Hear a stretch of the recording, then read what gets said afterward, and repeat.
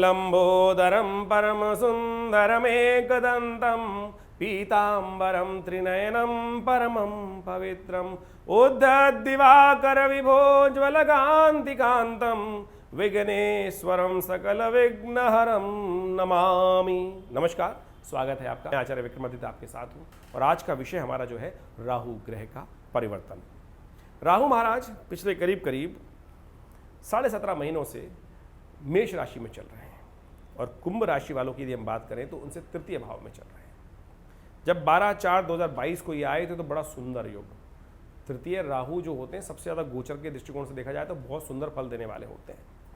सब प्रकार के संपर्कों को बढ़ाने वाले होते हैं, कई प्रकार की समस्याओं को निदान करने वाले होते हैं। आपका मित्र वर्ग बढ़ा बनाने के योग बना सकते हैं।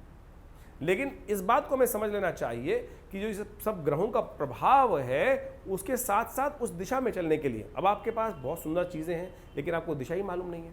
ज्योतिष वो विज्ञान बताता है कि किस दिशा में जाने से आपको लाभ प्राप्ति के योग बन जाएंगे। आप मशीन बिल्कुल ठीक है, सब कुछ ठीक है, गाड़ी आपके पास मर्सिडीज खड़ी है लेकिन आपको चलानी नहीं आती है या आपको उसका लाभ नहीं आता है। उसमें एसी भी लगा है, उसके अंदर हीटर भी लगा है, उसके अंदर म्यूजिक सिस्टम भी लगा है, उसके अंदर बहुत सारी और फैसिलिटीज़ हैं, उसको आपको उपयोग करना नहीं आता है।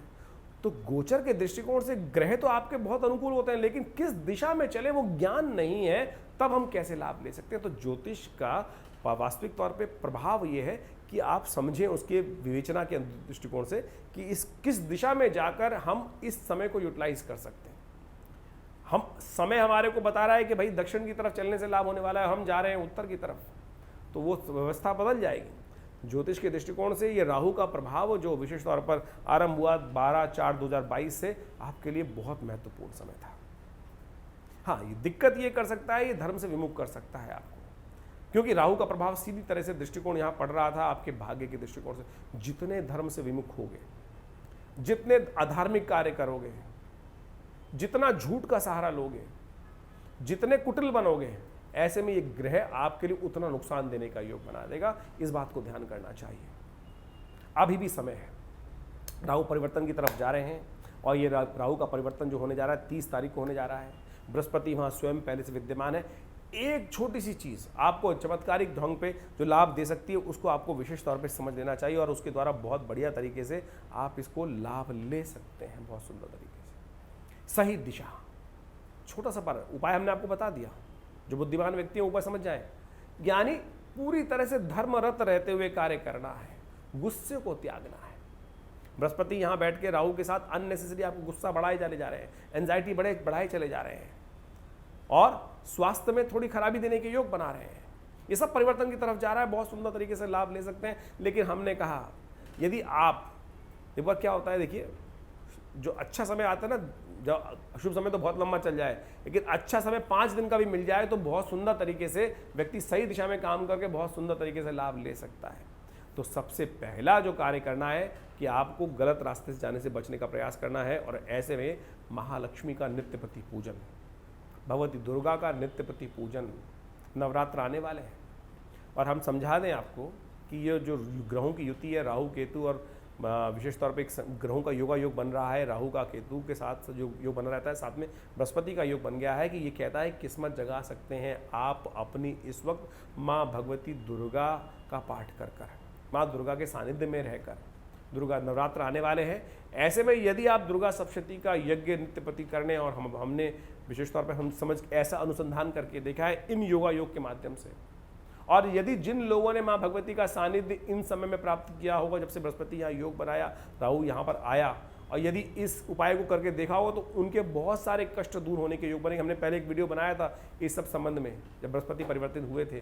तो अब वो विशेष तौर पर 1 महीने का समय रह गया जो राहु महाराज यहाँ पर रहने वाले। 30 तारीख को राहु बदल जाएंगे और उसके बाद राहु बहुत सुंदर तरीके से आपके लिए जो योग बनाए वो भी सुंदर योग बनेगा, जो परिवर्तन का योग बनेगा। लेकिन इस वक्त जो बृहस्पति के साथ युति कर कर राहु यहाँ योग बना रहे हैं वो बहुत सुंदर है एक छोटे से उपाय से। देखिए कहा गया ना, एक घड़ी आधी से पुनिया तुलसी संगत साथ की हरे कोट अपराध। तो ये समय है चमत्कारिक लाभ लेने का और बाई चांस नवरात्र आ रहे हैं। ऐसे में कोशिश ये करें कि नवरात्र में नित्यपति माँ भगवती दुर्गा की आराधना, दुर्गा सप्तशती का नित्यपति पाठ, यज्ञ यहाँ ग्रह का योग बन रहा है कि दुर्गा का यज्ञ जो नृत्यपति करेंगे उनकी किस्मत में 4 चांद लग सकते हैं और बहुत ज़बरदस्त तरीके से लाभ के योग बन सकते हैं। तो आप विशेष तौर पे प्रयास कर सकते हैं बहुत सुंदर तरीके से। और हमने विवेकानंद योगाश्रम में इस नवरात्रों में बहुत विशाल यज्ञ रखा ही है। नवरात्रों में दुर्गा सप्तशती का यज्ञ नृत्यपति रहता है, उसमें भी आप भाग ले सकते हैं। अपने घर में विद्वान पंडितों को बुलाकर नृत्यपति यज्ञ करा सकते हैं, कर लीजिए।